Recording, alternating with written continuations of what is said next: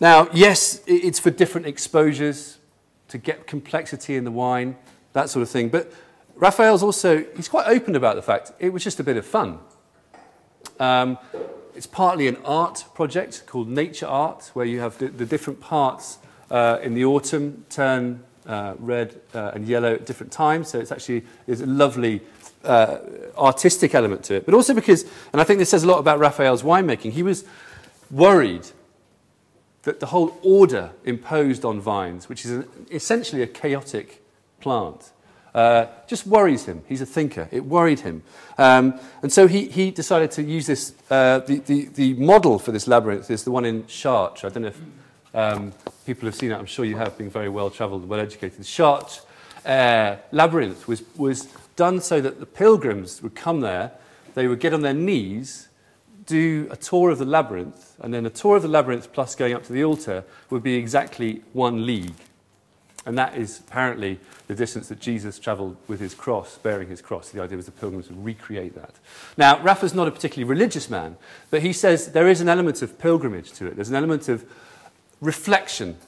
And he says that he's had the most important chats, discussions with his kids he's had, have all been there, because it's just somewhere you can go, and it's just magical. It's different. It's something a bit off the charts. He calls it a desorden ordenado, an ordered disorder, which I think applies just as much to his hairstyle, frankly. He got excited after the first project, and they planted Merlot and Sauvignon Blanc in 96, 97. We put a winery in, they've got Syrah. This is called cenizas. Cenizas, Spanish speakers, ash. He also has a Sauvignon Blanc cuvée called arcillas, clay. The arcillas is bigger. The clay it gives it a big structure, a bit more weighty in the mouth. In 2010, he blended the Sauvignon Blanc off the clays and the ash. In 2011, he decided, after people tasted them, to bottle them separately. This is the cenizas ash. In this part of Maule, a lot of volcanic activity. There are these very deep ash soils. They're called trumao soils.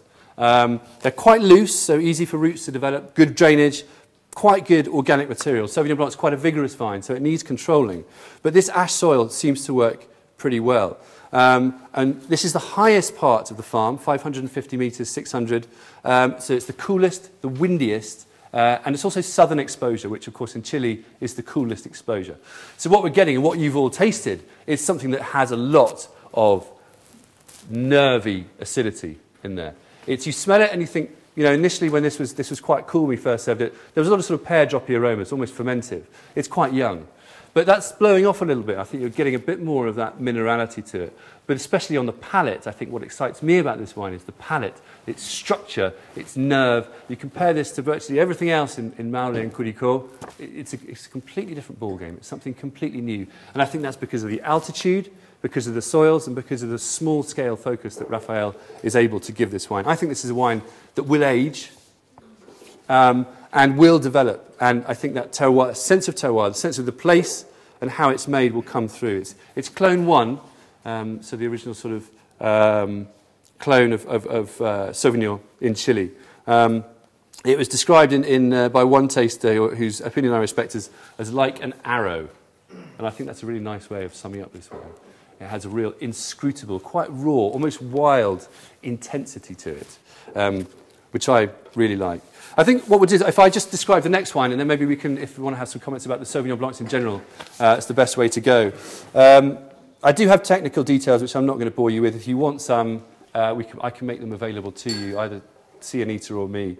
But that's 12.3 alcohol, pretty low pH, quite high total acidity, and that's going to be a feature of all of these wines. Calyptra, another eastern vineyard, one of the highest eastern sites in central Chile. We're going to be tasting some wines from the north of Chile later. They're higher altitude. In Elqui, there's some higher altitude vineyards. But in the center of Chile, this is one of the few vineyards high up into the Andes. It's Cachapual Valley.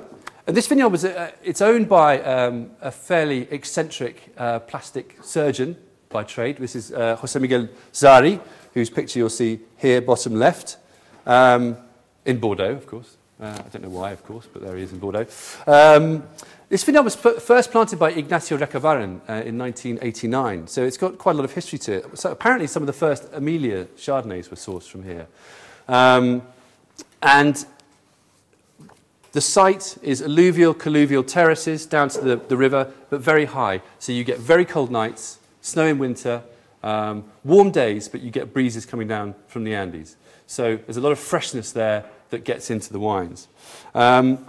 But I think a key element to this winery's wines is the winemaker, coming back to the human element. This is Francois Massoc in your picture on the right.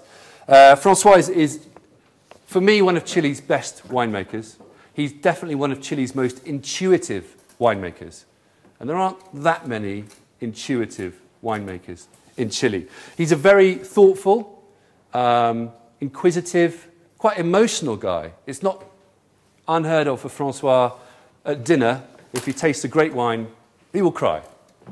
He does have French parentage, so maybe that explains it. But he's a bit different. A nice story about Francois, which he told me, is that he went to a Trappist monastery in Israel, and while he was there doing what you do in a Trappist monastery in Israel, I don't think he was a monk. I think he was just there for a sort of work experience. I don't know what you do in Trappist monasteries. He smuggled some grapes over from Palestine and made the wine. That was his sort of statement of intent of how to, heal rifts.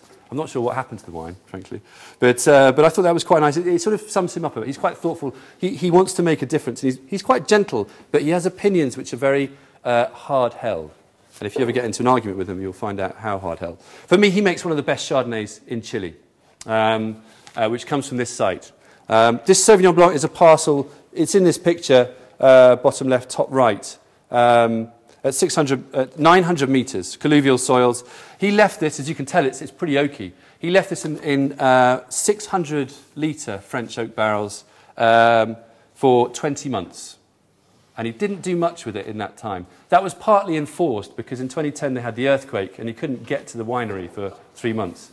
So at least he's open about that fact. Most winemakers say, that was intentional. But I think that's Francois' way. He likes to, as he say, follow the wine. And this one, he said, took a lot of good oxidation. He likes good oxidation. And that's pretty much the wine. It's an organic vineyard and pH of 2.9 in that wine. You can get that acidity, can't you? And Descorchados reviewed it as una locura, a madness of a wine. And I think this wine pushes the boundaries of what Chilean Sauvignon Blanc is and can and should be. Well, let's move on to the Pinot. So we've been looking at two wines from the east of the country. Now we're looking at deep south and far west. I'm going to give you a bit of time to taste these, but Chilean Pinot has suffered from a lot of different things. Bad quality plant material, mismanagement in the winery, a lot of virus has affected it, and the vine's just been very young. But I think Chilean Pinot is starting to get there now.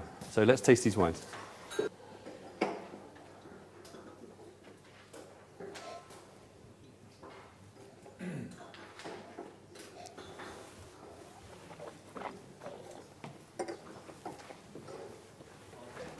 I'm going to do it in the other order from what you've got them. I'm going to start with the Sol de Sol, if that's all right, which is the second Pinot that you've got, and then go on to the Monsacana, which is the third, the first Pinot you have. The first one, Sol de Sol, or the second Pinot that you have, Sol de Sol, is from the deep south of Chile. This in Malleco. This used to be the breadbasket of Chile. This is where all the cereals were grown. And you can see in this photo, top left, the vineyard in a sea of cereal crops. Traigen,